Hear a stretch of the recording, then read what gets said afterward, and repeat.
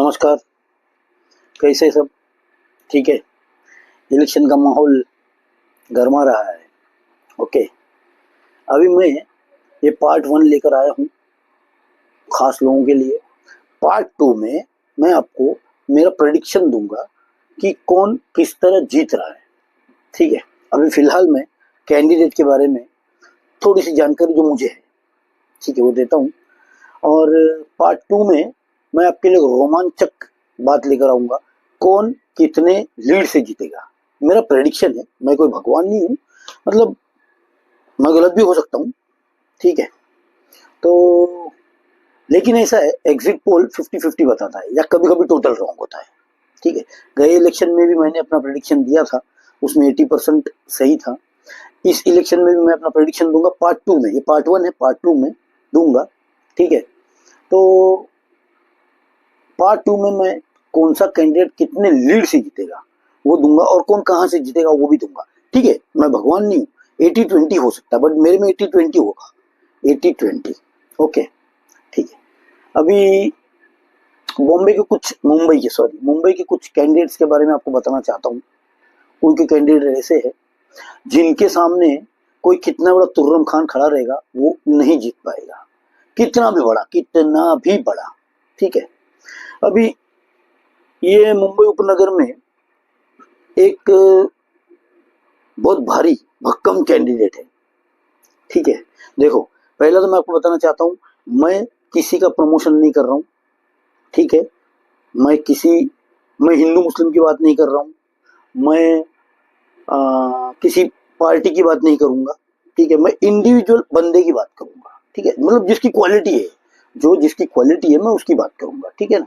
अब मुंबई उपनगर में ऐसे तो बहुत सारे कैंडिडेट्स है, प्रकाश सुर्वे जी है, अतुल भातखळकर जी है, सुनील प्रभु जी है, ठीक है, वो मनीषा चौधरी मैडम है, ओके। ऐसे बहुत सारे कैंडिडेट है, ये सब विनिंग कैंडिडेट है, मतलब ऐसा मेरा अंदाजा है, बुरा मत मानिए।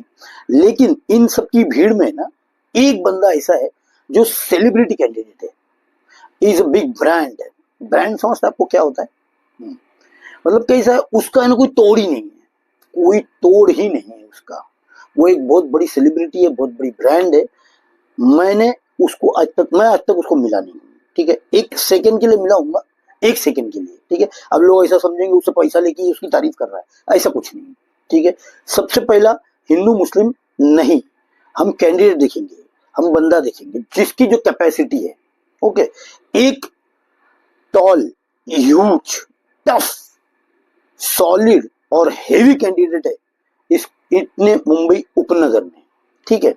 वो इतना भारी कैंडिडेट है कि जिसके सामने नरेंद्र मोदी जी खुद, अमित शाह जी खुद भी अगर खड़े रहेंगे तो जीत नहीं पाएंगे।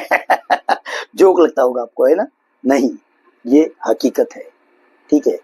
वो कैंडिडेट मलाड विधानसभा से है, उनका नाम है असलम शेख, ठीक है।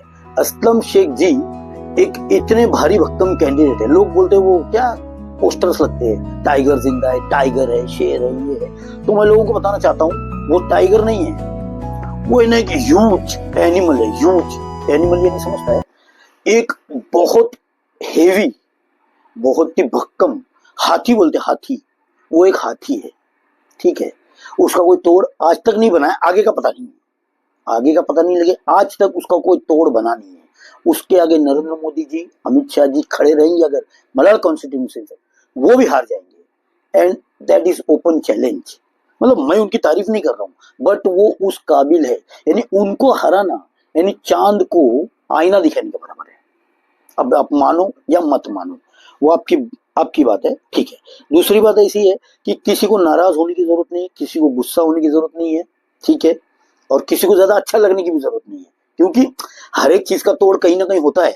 फिलहाल आज तक इसका तोड़ बना नहीं है, ठीक है। आगे क्या पता नहीं है, भविष्य का मैं बता नहीं सकता हूँ, बट फिलहाल इसका कोई तोड़ नहीं है। Aslam Shaikh is a brand, is a celebrity candidate. इनके सामने कोई भी तुर्रम खान जीत नहीं सकता, ठीक है। असलम शेख एक अलग ही चीज है, यानी वो अलग शख्सियत है। अब उनकी तारीफ जितनी करो उतनी कम है, ठीक है। उनसे मेरा दूर दूर तक लेना देना नहीं है। न मैं कांग्रेस का कार्यकर्ता हूँ, न मैं बीजेपी का कार्यकर्ता हूँ, न मैं शिवसेना का कार्यकर्ता हूँ, न मैं किसी भी पार्टी का, मेरा लेना देना नहीं है। कोई पार्टी, न असलम शेख जी मेरे घर में राशन डाल रहे, न नरेंद्र मोदी मेरे घर में राशन डाल रहे। जो कर रहे हम हमारी मेहनत से कर रहे हैं, हम किसी की आस पे या उम्मीद पे नहीं बैठे हैं। लेकिन facts and figure, practical logic, जो प्रैक्टिकल बात है वो 100% ये है कि असलम शेख जी को हराने वाला आज तक कोई पैदा हुआ नहीं है, आगे होगा तो पता नहीं है, आज तक कोई नहीं है। ठीक है, किसी को मेरी बात का बुरा नहीं लगना चाहिए, मैंने कुछ गलत नहीं बोला है। ठीक है, ओके, टाटा बाय बाय, जय हिंद। और इलेक्शन के दिन याद रखना, 5 साल में एक बार मौका मिलता है, एक बार, तो वो मौका जीतने वाले कैंडिडेट को ही दो। ठीक है ना, आपका चांस जीतने वाले कैंडिडेट को ही जाना चाहिए। हरने फिर आपको 5 साल तक पछतावा होगा कि मैंने वहां वोट किया होता तो कितना अच्छा होता। ओके, 5 साल तक पछताने की जरूरत नहीं आपको।